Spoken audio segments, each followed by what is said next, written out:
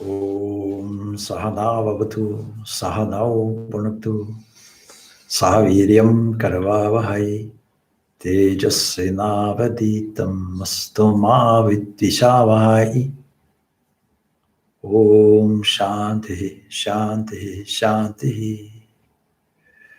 In the spirit of what we are studying here, the Srimad Bhagavad Gita as a Shastra, or at every opportunity, that is after every chapter, it's designated an Upanishad, and that is Yoga Shastra. Then we ask that, may that one protect us both, may that one nourish us both, may that one give us vigor together in our study, may we be enthusiastic about it. Maybe we generally be enthusiastic in all our activities, and may we not unnecessarily disturb the mind by unnecessarily arguing over trivial things. And then we obviously will require peace. 3 times we require it. 1, for all consequences of our own actions, for those against us from others, and also for things that just happen. So we begin where we left off last week. That is, we were discussing the components of knowledge. And we left off on the 21st stanza of the Moksha Sannyas Yoga, that chapter to do with the freedom or liberation through renunciation. Now, typically, it is useful to ask if there are any questions. And as we've all gotten over the COVID virus bit by bit, and things are more relaxed and changing for the better, we have the opportunity for people to come and visit the ashram. And typically, people have questions. So I know there's at least 1 or 2 people who have a question. So I invite somebody who thought of a question to ask the question. It may not be completely relevant to tonight's topic, but is time and gravity the same thing, Swamiji? So there's a question that it's highlighted. It may or may not be relevant to what we're discussing. Time and gravity, are these the same thing? See, the answer is no. If you ask space and gravity, I might have a different view on it. But gravity is something nobody knows anything about. How are these things relevant to our study of the Vedanta? They are relevant because our view of the world makes a difference. And if we can make this compatible with the truthfulness of modern science, it endorses our Vedanta philosophy. So by studying this nature, all we can say really is that relevant to 17th, 18th chapters will be the stress, as I mentioned last week, on these 3 evolutionary components in all aspects of natural life. So these we call gunas. Now, nobody can answer the question, why does gravity exist? Why should there be such a thing? And nobody knows. One school of thought thinks, probably a majority, that since everything is in particles, photons and so on, then gravity must be like that. So people are looking for gravitons, but there's no evidence of it anywhere. And since gravity has such a wide influence and yet is so weak that you and I are defying it at the moment. We're sitting on a chair and we can stand up, and gravity is pulling and has no effect on us. But it has enough effect to keep us stable, and that's exactly what it does in the whole universe. It keeps everything drawn in, wound in, if you like. Now, from our point of view, there's a very good reason why there's gravity. And there was a very good reason why there's electrical energy. And there's a very good reason why there is inertia. And then when we apply it to these subjects of knowledge, agency, and things like understanding, in other words, going through all the levels of the psyche and finding out where are these 3 gunas operating in our behavior, we find it manifests even at this psychic level, psyche level, psychological level. So the reason why gravity exists surely is because when you add time and space together, space and time are really kind of opposites, like two sides of the same coin. So it was Einstein who didn't separate them. He separated them in terms of dimensional language. 3 dimensions of space, 1 dimension of time, overall 4 dimensions. But then he puts special relativity, he puts space and time as opposites and canceling out.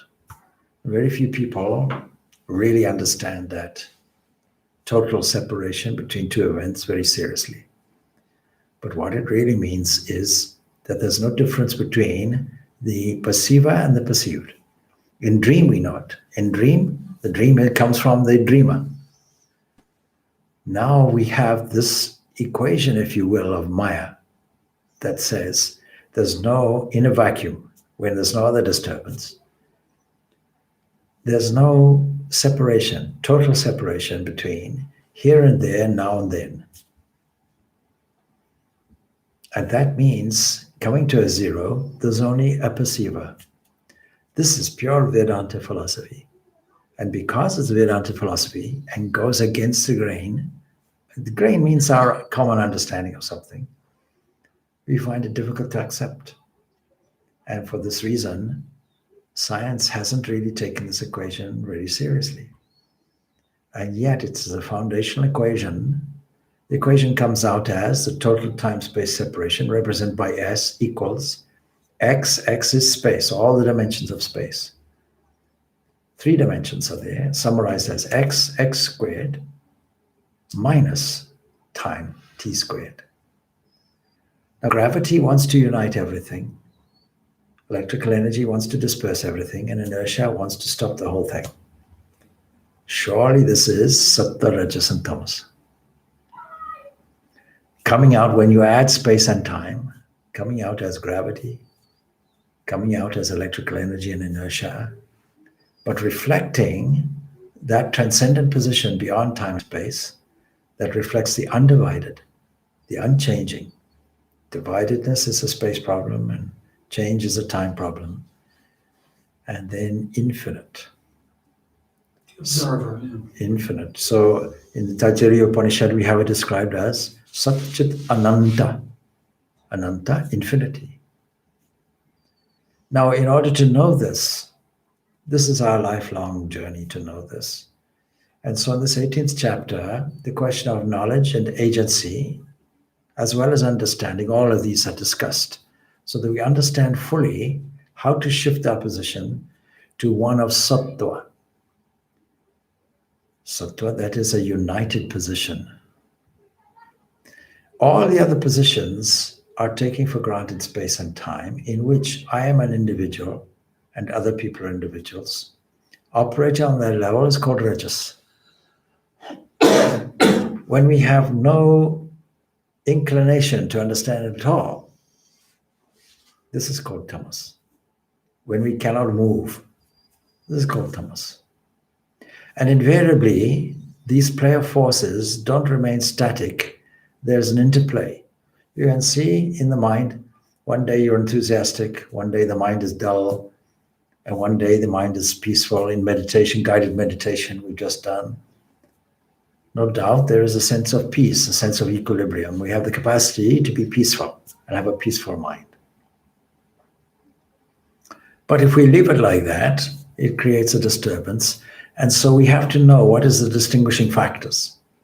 So this chapter tells us, and as I mentioned last week, tells us relentlessly over and over again, lest we forget, and says, in this situation, like this, in that situation, like that, and brings it all to Sattva, Rajas, and Tamas.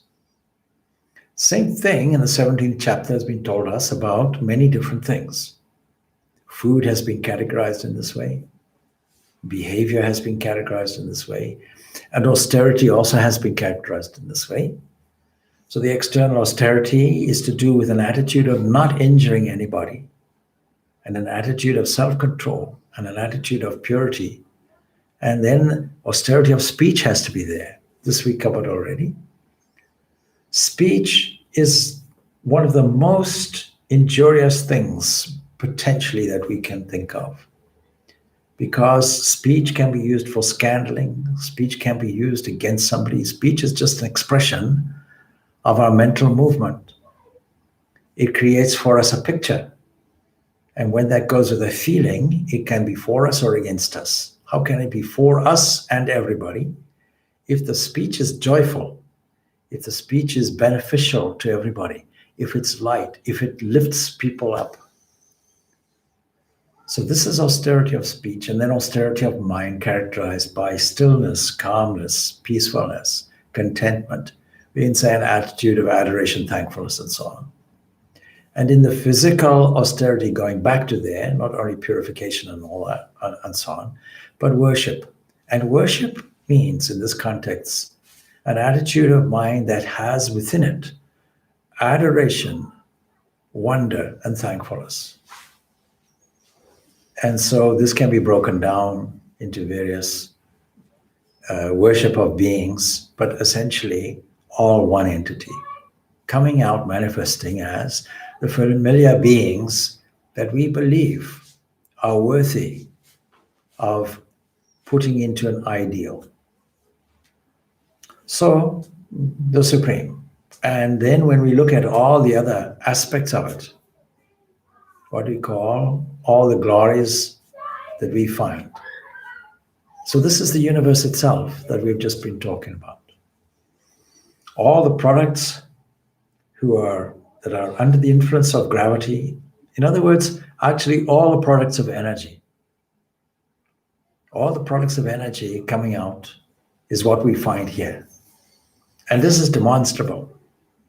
When people want to go to a laboratory, as they do in various places, Fermi Laboratory and CERN in Switzerland and so on, they can replicate some reasonably old experiments where we can actually trace an electron coming out. Through a bubble chamber, we can see is an electron spinning this way, a positron going this way. And it was, of course, an endorsement of the fact that there is an antiparticle. So every particle, antiparticle. What a wonderful arrangement. What a wonderful balance. What a wonderful dharma.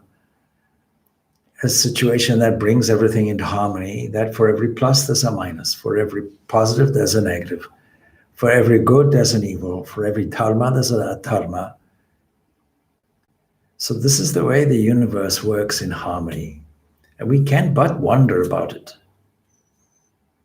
So those people worthy, those people who are born again in this context means those people who changed an attitude from a material kind of attitude to something like practicing the presence of God or fixing the mind on me, says Krishna. So all of this is relevant background to this chapter. And we were talking about knowledge itself. And the 20th stanza highlights for us what is sattva in terms of knowledge, just to remind you. Because we're on the 21st stanza, it says that the knowledge by which the one imperishable being is seen in all existences, undivided in the divided. Know that knowledge to be sattvika. Now that's a very easy thing to say, but it requires real reflection on this. Like there can only be one existence. And it looks like the many. So as long as we are fully have this knowledge of this undivided, how can we do it amongst the divisions within space and time? Seeing that we have a body and mind, that we are somehow called my mind, mistakenly, and posed against a whole world of other people, places, and events. And if we take ourselves seriously, that means if we take the identity that we normally take our body-mind complex and an act of profit as our entitlement or our behavior expression, this identity that we have is our biggest obstacle, because the first division we make is our own division. Thereafter, everything becomes divided. If we are able somehow to clear that dividedness and see only the one presence, in religious language, we can say, or philosophical language, which has been used here, seeing the self in all beings in the self, echoing the sayings of the Upanishads, even contained in the Isha Upanishad, Katha Upanishad, a wonderful phrase, seeing the self in all beings and all beings in the self, and the byproduct of that, we don't grieve. Now we add a dimension to it, to see that God, in this case Krishna or any other entity that would represent the highest ideal for you, adds an additional component of worship, adds an additional layer of beauty, of an aesthetic quality to it, and a quality of devotion. In other words, contributing the heart. And when we do this, we can put it in the language, seeing God in all. Don't leave it there, and all in God. So we have a step-by-step process, seeing God in everything, seeing the self in everything. We can change the language, and these are synonymous terms. Seeing God in everything means feeling God in everything, means spontaneously reacting to that. Now we find Jiva and Shiva the same. And that's the basis of the worship. Worshipping God in the buildings of flesh and blood, stimulating us to social action, but it's not social action, it's worship. Interpreted by many as social activity. But social activity requires an attitude that things must be enhanced and changed. That is not sattvic. Sattva has this characteristic that there is only one undivided entity. So that our vision, and I've said it before, will go from this being in the divided and then through the divided. When you say through, there's no dividedness, just as air can pass, in and out of a pot. As the undivided and beyond it. This is the step-by-step process. Let's start with in and see how that looks. But inevitably, it comes to one conclusion. There is only one entity there. No separation. Now imagine if you apply that same unity principle everywhere. Can you imagine? No wars, no conflict, no arguments, no hostility, no anger, no hatred, no greed. Because if there's oneness, this holistic point of view is whatever I do, I'm doing to the whole, the sum total, including myself. This is Ramakrishna's example. Well, of course, we find it in Buddhist literature, more or less everywhere, the story of the elephant, see, and the blind people going to explore the elephant. And so we can take a number of these different parts. You can make it four blind people or 6 or 8, because there's enough of the elephant to go around. So one person feels the air. This is so, the elephant is like a plantain leaf. Another one feeling the tail, oh, it's actually a rope. And the other one then feeling the tusk, was like a knife. And then the other one, you see, feeling the trunk and say, no, definitely, it's a gigantic hose pipe. And then one feeling the leg, oh, it's a pillar. So like that, part by part, and then they come to a sighted person who says, actually, you're all right and wrong because you're catching the parts. How do we know that there's a universe? The section that we're studying is on knowledge. How do we know that there is an existent universe at all?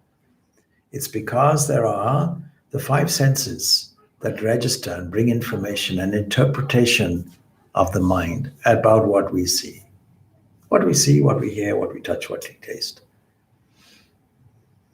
But these objects that we're viewing are exactly the same compositional things as the sense organs. Because the sense organs, eyes, ears, and so on, are just made from yesterday's dosha. And that's all, see?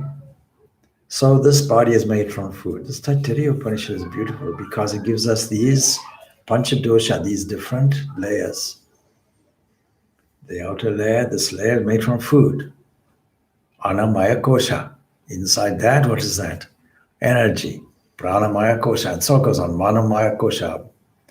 Until we finally get ultimately to this entity that sits within. We did a Bhagavad Gita class for children so many years ago, and we got them to unwrap a parcel.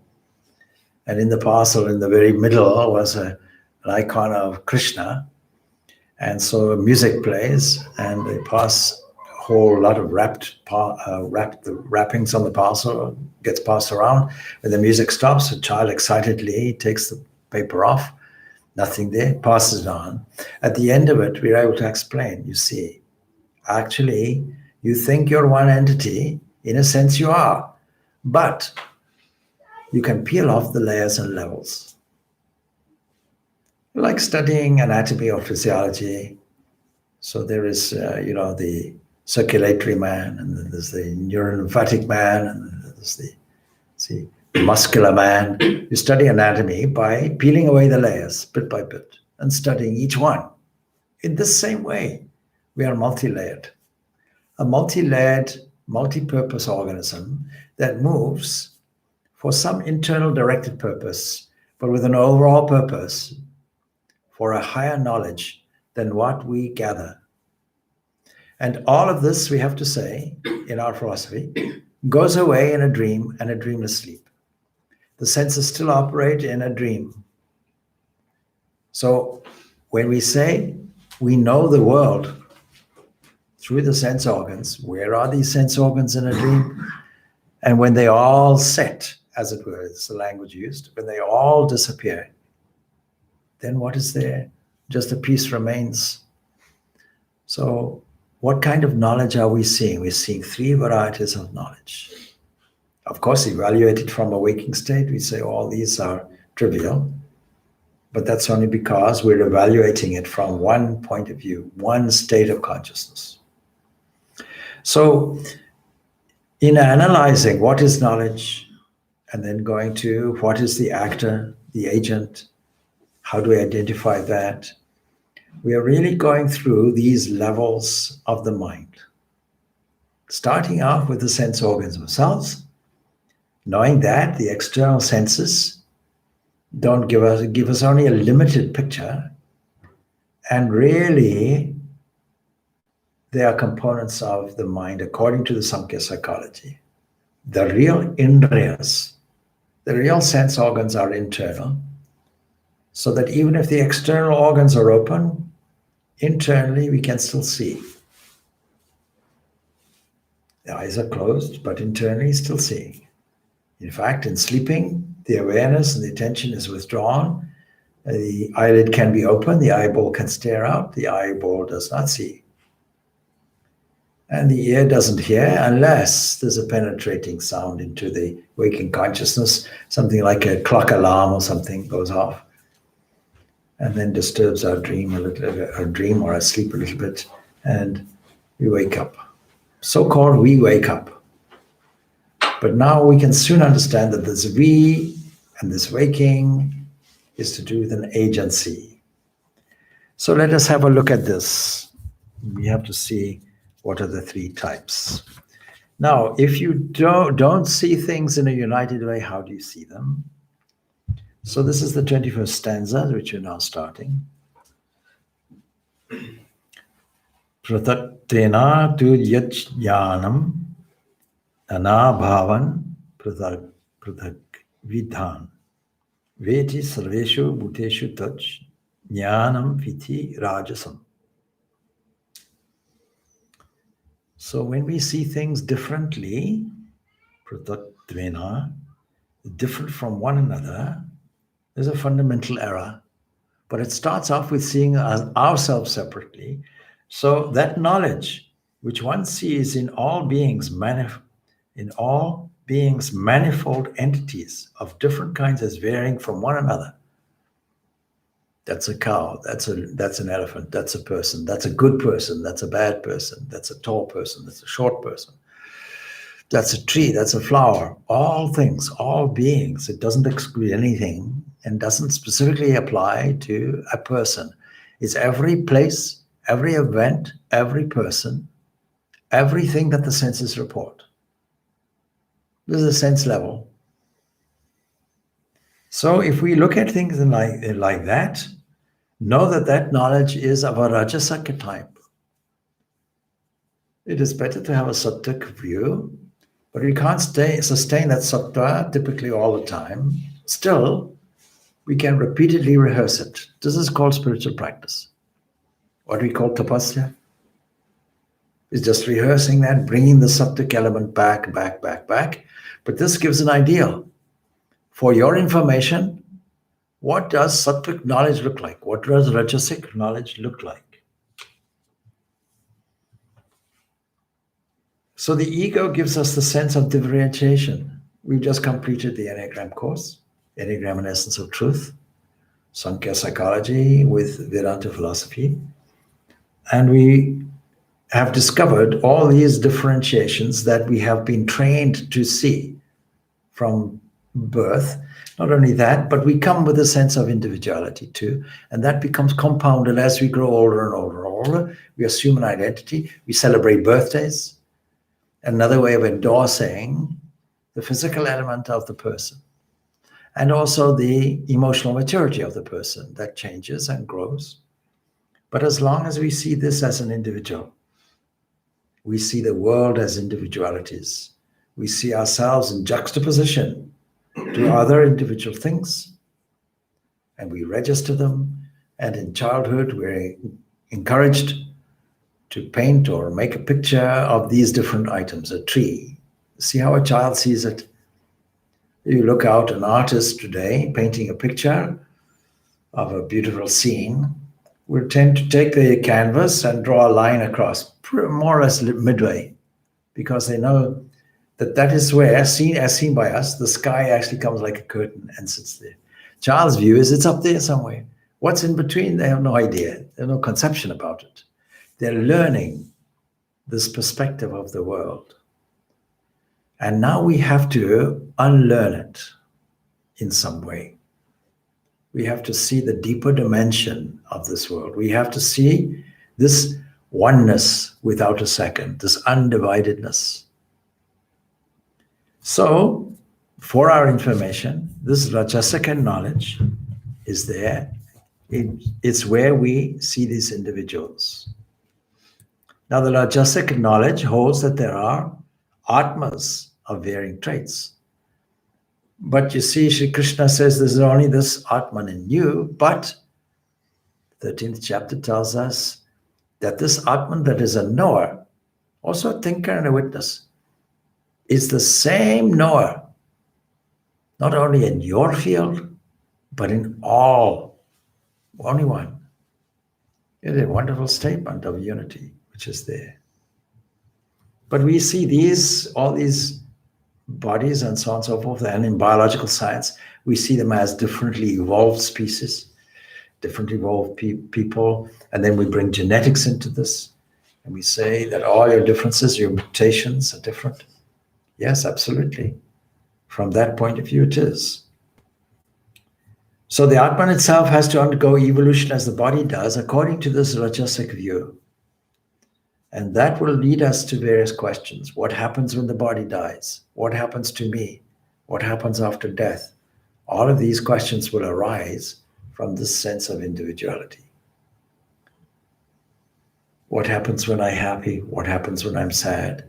Is there a psychologist available to help me? And things like this. But gold ore may be procured from different continents, and they may all have different kinds of dross pertaining to the nature of the earth, but the gold is the same. This is an example given here. While there is a difference in the dross, pure gold is the same, independent of the sediment in the soil. It's a very useful and beautiful point of view. That means all these other individualities, the sun, the moon, the stars, the nightfall, the chair you're sitting in, all of these are what we call upadis. They are simply adapters. We have an example for it, yes. The electrical currents applying light through these various light bulbs. If we don't know any better, we think the light bulb is beaming the light, is responsible for it. But it's actually not. It's only the electrical current that is contacted by a switch that is made to manifest itself through this adapter. On the one side, it's an adapter. On the other side, it's a limiting adjunct, something that is close to the overall current that somehow limits it. Of course, you can't limit this unlimited entity, but it looks like that.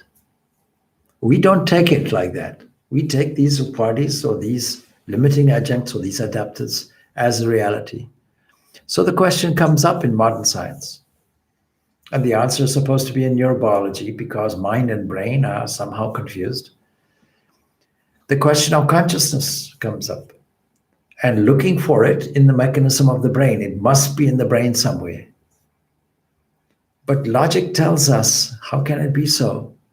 The brain is just yesterday's dosha and potatoes. That's all it is. And there's a tremendously intricate neurological, electrical, electrochemical circuitry that enables firings. No computer on the planet can ever echo the intricacies and complexities of a brain or even a neuron. Actually, there's nothing more complex than just one single cell. See how nature has designed this, and human ingenuity can't get close to it. But these are all limiting adjuncts. They're all restricting our view if we're not clever. And when we say Rajasic, all we're saying is there's a layer obscuring us. There's a projection of some kind which we take seriously. So the example is there. How did it all arise? It arises through vivarta, appearance, and apparitional causation being there.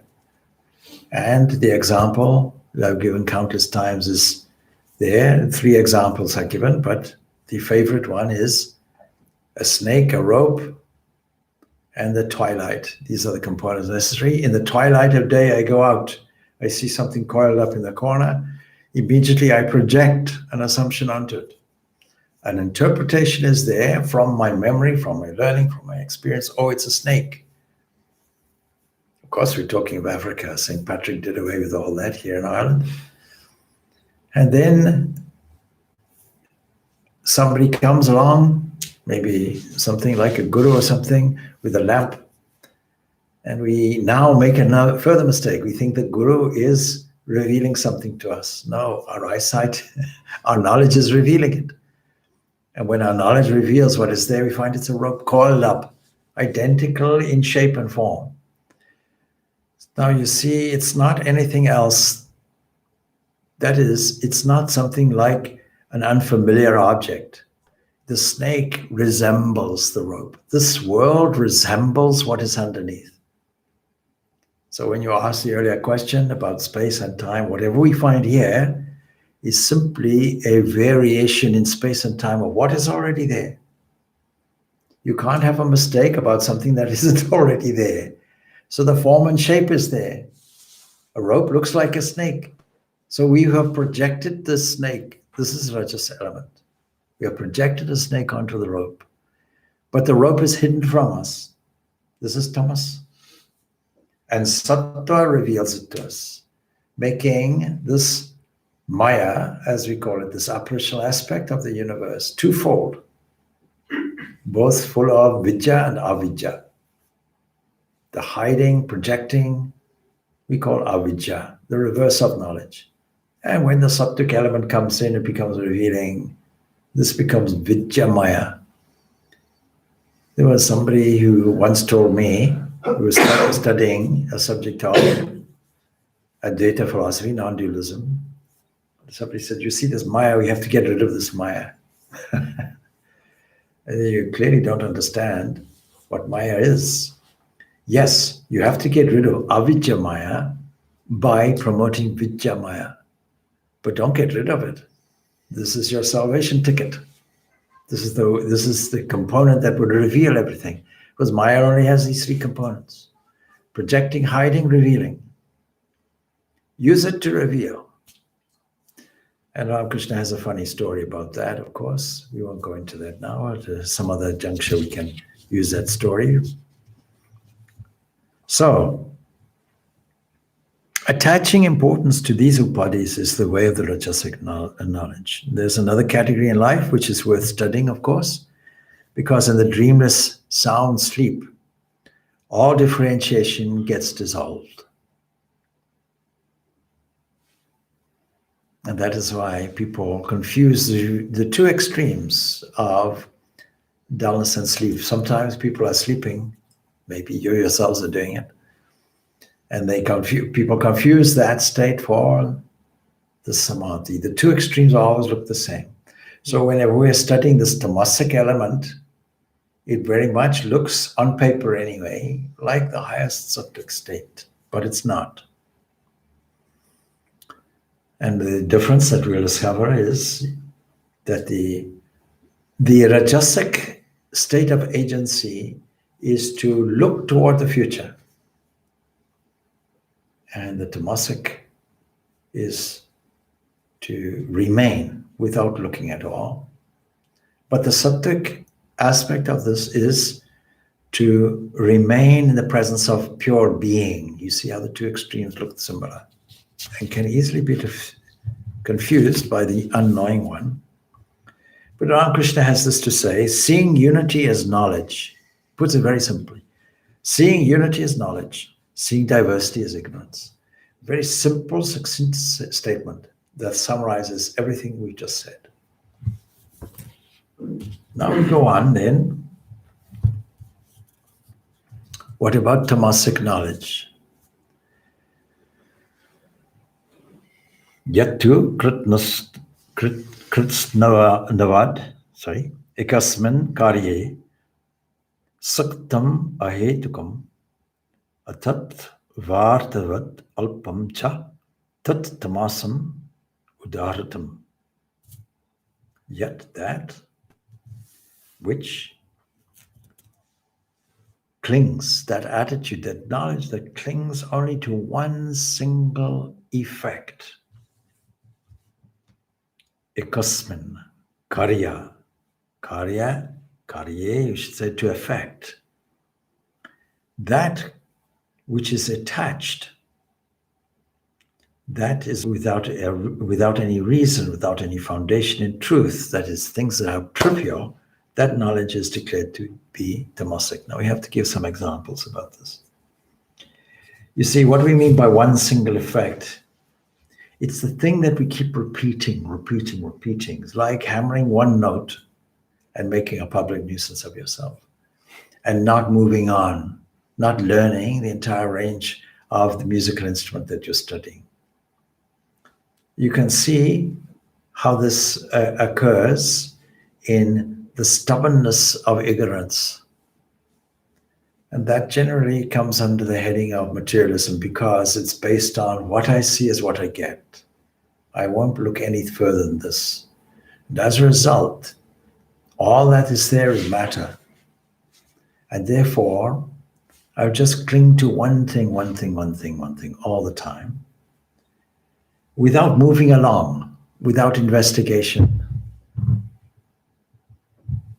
Obsessed with one irrational thing. So it has to, not being content to explore.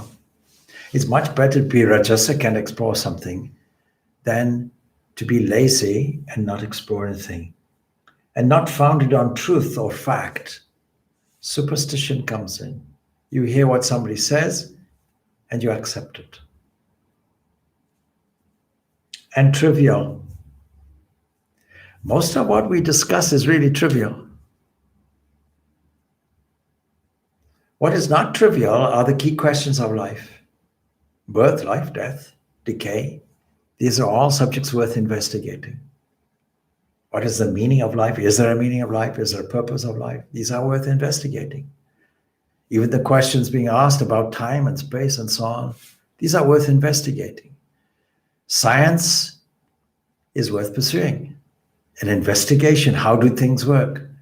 A genuine search for what is behind this. But science is an investigation into Maya. Science is looking at this appearance of this universe. And the materialists will take it as all that we have is this universe. And we're not entitled to look anymore.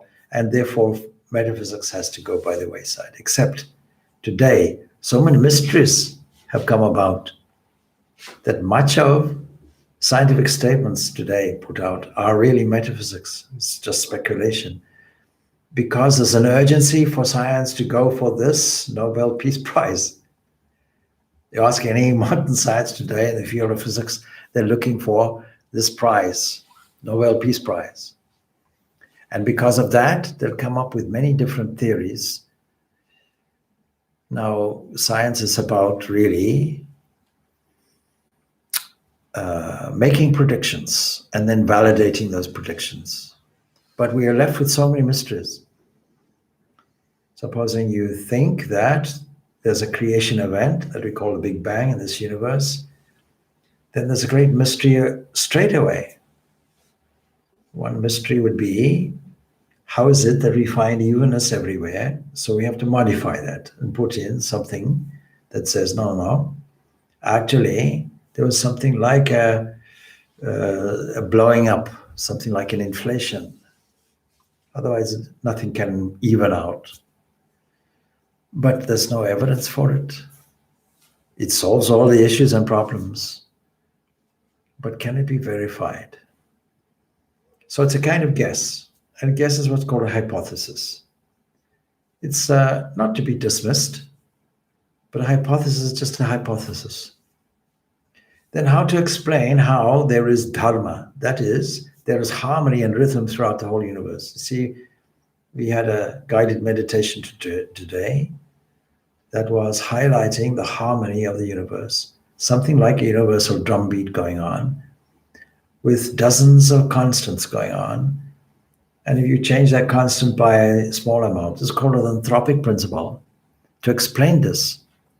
And the mathematical precision of the universe and the laws of the universe that look as if they have been laid down precisely. We say, all right, let us now think that there are unlimited numbers of universes. And every time you look at something or examine something, the world that you're looking at branches off into another world. And let us now join that, therefore, with something called many worlds theory, Everett's theory, and so on. I don't want to get too technical, but all of these, you can see by the language being used, is all speculation because what we are investigating is Maya. And if you don't even do that much, if you just accept things, is essentially laziness. And this comes in the realm of tamas. So something not founded on fact or truth, something that is trivial, when we look at people's concerns, not understanding the facts, apart from these other questions that we've raised, we have learned that from the COVID-19 virus, death for many is a greater reality than it may have been 6-7 months ago. It's something that people are having to face. But before that, did we just dismiss it as something trivial? Even now, when we look at all the things that we think about and discuss, in the light of the fact that in this room, there are some 4 people sitting, because 2-meter spatial distancing is there. And yet, I can challenge them to speculate what their last day will be. How many years will you live? So supposing you are, say, 60 years of age, then at 60 years of age, taking a mean of a European longevity, then you might say another 14, 15 years. then you look back and see 15 years ago where was I, and see how quickly that time passed. Yet do we even consider it? The Upanishads are hugely concerned with it. The scriptures are hugely concerned with that because immortality is what is being sought after. How many times this question of immortality is, and this whole Bhagavad Gita is centered around it. Arjun doesn't want to fight. Why doesn't he want to fight? Because he doesn't want to kill anybody on the other side. And Krishna, supreme psychologist, says straight up, you're grieving for those who shouldn't be grieved for, because nobody is born, nobody lives, nobody dies. We only think about it. The body does so, no doubt. But you are this immortal entity called Atman. And water cannot wet you, fire cannot burn you, wind cannot dry you. You're unchanging, you're infinite invisible, that you are. And then 18 chapters to persuade it. Among other things, how to, with that understanding, how then to conduct your life in order to live it out and realize it in actuality. So when you don't pursue that, that is called trivial. When you're not concerned with these profound questions of immortality, of existence itself, of consciousness itself, of the pursuit of happiness, and finding out, and later we'll explore what happiness means, and seeing what does it really mean? How am I conducting my life? So there are people who believe that their individuality is confined to the physical frame made of the 5 elements. At least in Rajasic outlook, there's a mental aspect to it. But here is more physical. And you see, the more physical we are, that is, the grosser our view, the more earthbound, the more elementally bound we are, the more ignorant we are. Because the identification is, I am this. So an image is merely an aid for the worship of God, just as a map is an aid for the study of a country. But the ignorant person thinks that the image itself, made of metal or wood, or clay, to be God. This is the kind of, very often, the assumption made by Abrahamic religions to do with idol worship. Well, we can't disagree with that. So if you think that, so superstition comes in. Why are you doing this? This is superstitious. And then if you simply accept it, why? Is it because you don't want to move on, you don't want to analyze, you don't want to investigate, you don't want to ask the great questions? This comes under the rationale of it, without reason. God, as an all-powerful and all-merciful reality, has provided various paths and beliefs to suit the different types of people. But the ignorant person doesn't take note of these facts and refuses to do so. So there's an element of stubbornness there, clinging to one single thing, not being willing to budge from it. There was and still is, a retired chemist, Oxford chemist called Peter Atkins, a well-known atheist, champion atheism. And his great criticism of people who are theists, believers in God, is, you see, you have a lazy way out. You're lazy because you're just accepting. It's a God of the gaps, he says, is his argument. You want an explanation for all this, you just say God did it, and that's enough. You leave it at that. But the materialist is just as lazy. It's like, I won't investigate any cause. I'll just dismiss it. I'll assume matter did it. And then see the trap. I accept all the laws of physics, but not the lawmaker. So you have an original from Newton's era in science, somebody accepting that God is a lawmaker, establishing the universe like with clockwork precision. And so that's why the laws are as they are. And then modern science says, illogically, these laws have always been there. From eternity, these laws are there. Don't ask where they come from. You accept a singularity, a creation event, something like that, called a Big Bang. And then that's originated from a singularity. Where did all these laws come from? Oh, they're always there. It doesn't make that much sense. Makes much more sense to say that these laws evolved. That's a sensible point of view. It's a point of view that some people also have. But unquestionably, they say, is there. Why should they be there? What about a lawgiver? No, forget that. That's God. We don't want any business to do. That also is laziness. So that is tamasic. As tamasic as a resignation situation that says, somebody said God did it, I won't even think about it further. I'll just live my life in the physical realm.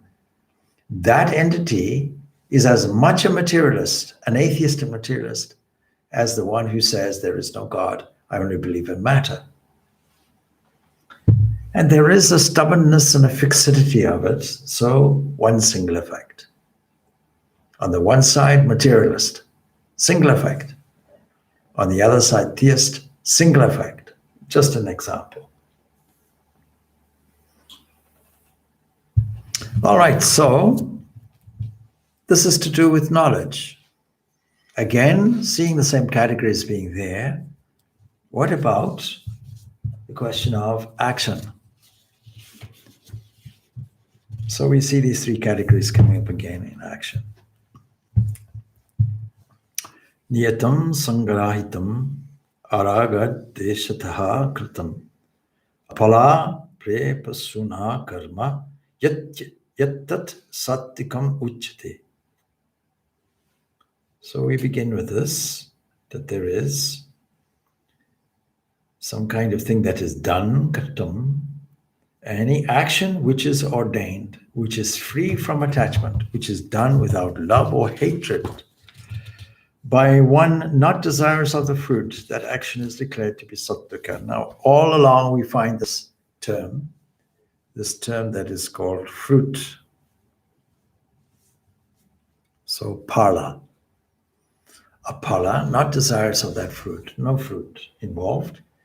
And it's a wonderful, wonderful, picturesque term because we think as an agent, we take the agency on, and we think that we have sown a tree. Let's say an apple tree or any other kind of tree, mango tree, whatever it is. We have put the seed in an orchard, we watered it, we put the correct nutrients in, maybe nitrogen, whatever it is. And every day we give it water. And if you're somebody like Prince Charles, you'll talk to it. All these things, you take care of it. You'll put a fence around it. And then when the fruit is there, you say, my apples, as if nature had nothing to do with it. But the earth was there. See that funny example of the materialist who approaches God. Don't ask me how you can be an atheist and yet approach God. It's just a story. I say, you see what we've done? We've managed to do abiogenesis. We managed to create what you think you're clever with creation. We ourselves have figured out how we do it. Oh, how did you do it? Says God. He says, well, first we took mud. And then, oh, wait there, says God. Get your own mud. So the very material being used is that. So nature, it's nature's soil, it's nature's air, nature's sunshine. And what we mean by nature is the divine, this one entity that we're talking about. So if we want to put it in theistic language, it's God's soil. God comes, has the soil nourishing. Even you look through all the wonderful beatitudes, if you like, all these great songs of praises, divine glories that are mentioned from the 7th chapter onwards, dotted around 7th, 9th, 10th, 11th. And we see there, you see, I am the sapidity in water, you see, and all of these things. I am the science of, all the sciences are the science of the self. So it goes on like that, you see. So we say, I am time, not I've entered into it. We even think of it in this way. I am time. So I am time, I'm space, I'm all of these things. You don't say, I'm in it.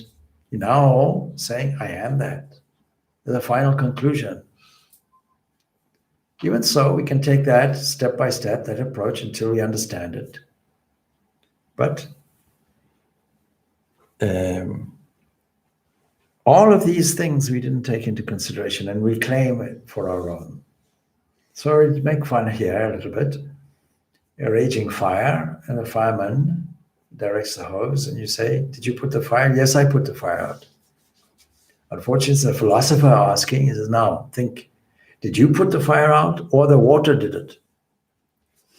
The water did it. Okay, what was your role? I just directed here and there and so on. Okay. I baked the cake. You did it, or the electricity did it, the stove did it? Oh, the electricity. Okay, fine.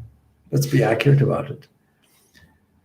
So God is an entity that allows you to take responsibility for his actions. Lovingly says, all right, my child, if you want to take credit for it, do it. So this picture of a fruit is very, very beautiful, that this fruit comes out from all the actions we do. What we mean is results. And people are result-orientated, but if you're not result-orientated, if you give that up, acknowledging the true ownership, the true agency, the true action belongs to nature itself. So that knowledge, that action which is ordained, in other words, the actions that you have to do. In this case, in Arjun's case, his action that is ordained for him is a military man. That's what's ordained for him. The housewife, it's housework. The clerk, it's clerk work. The accountant's accountancy work. The politician's work. The quantity surveyor work. The IT man, IT stuff. All of these things are the studentship. The mothership, motherhood. This is what is ordained. And we all have to eat. We all have to sleep. We all have to exercise. We all have to look after the body, our physical needs. This is what is ordained. Obligatory actions have to be there. Niyatam, things which are ordained, which is free from attachment. We do it with no attachment to it. Because all the energy, none of the energy belongs to us. All the energy belongs to a different source. Even on a physical level, all our energy is borrowed energy. We're running around on canned sunshine, bottled up sunshine, that's all. We cannot take any credit. Any credit we take is really ignorant position. It's not truthful position. Without foundation in truth, don't forget from the last stanza, this was part of tamas. It's not true. It's not accurate. It's not real. And so free from attachment, free from association, free from ownership, free from acting. So 3 criteria are necessary. Doing the obligatory action without attachment, without an actor ego, without any like or dislike, done without any love or hatred, with no inclination or priority. I like this, therefore I do it. I don't like that, therefore I won't do it. Every action being the same thing. What kind of food do you like? Whatever food you give. I'm not liking this way or that. But I thought you liked this.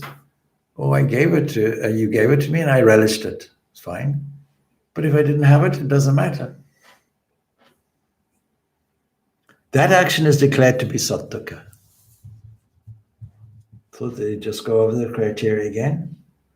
Doing the obligatory action without any attachment to it. Being free from any reward, free from attachment to any of the fruits or the rewards. That only creates anxiety if you do it.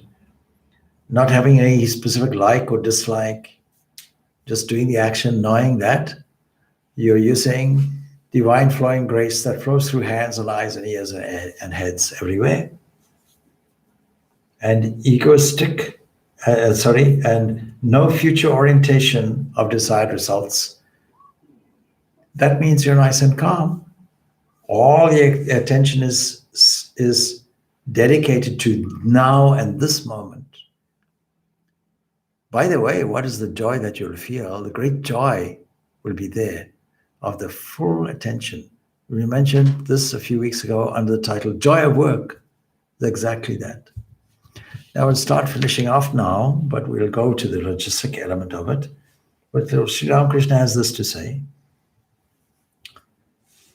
A man of sattvic nature makes no show of his spiritual practices, because the danger is even spiritual practitioners, even so-called spiritual people, will, if they have this understanding that we're doing something to get spirituality, this is no longer sattvika.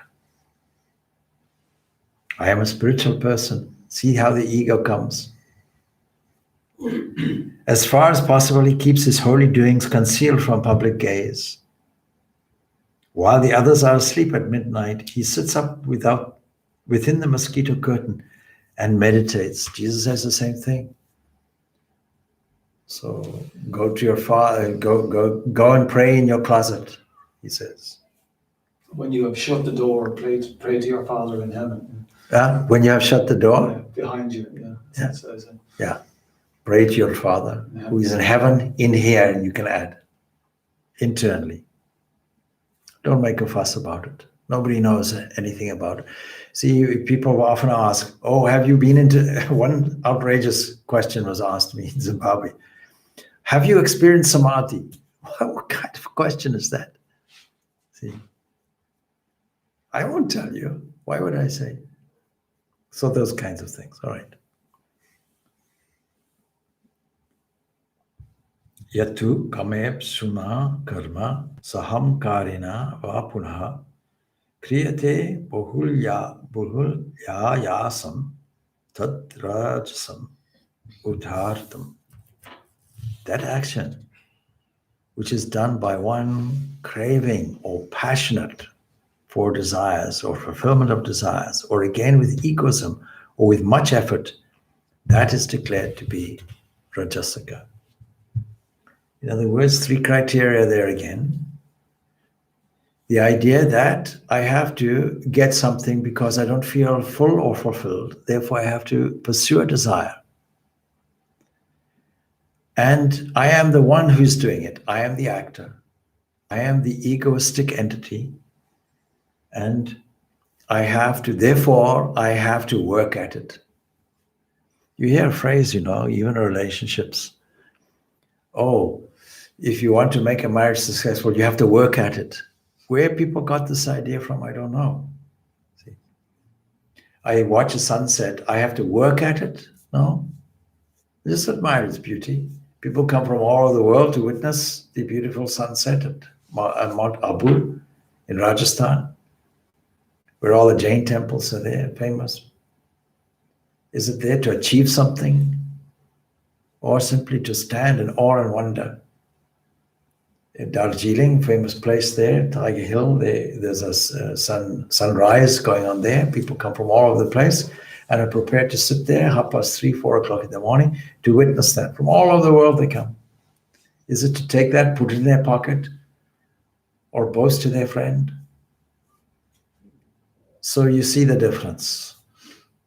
Now this has a great psychological effect, because if you are anxious for the future, that you want to achieve something and gain the rewards of it, then this creates a terrible disturbance of the mind, which is so relevant in this modern day and age, because the key pursuit that people always request, I want peace of mind. I'm suffering from tension. Can you help me? All of these things are there. So this is the psychological background to that.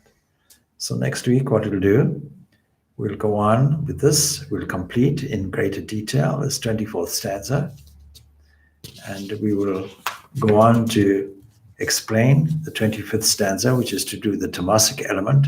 And then we go on to inwardly to explore more of the psyche and say, okay, this is to do with the senses and knowledge. Now this is to do with the ego, this is action. Now what about the understanding, the buddhi dimension of it? And is there the same classification of sattva, rajas, and tamas in their understanding? And then we go to happiness and so on, like that.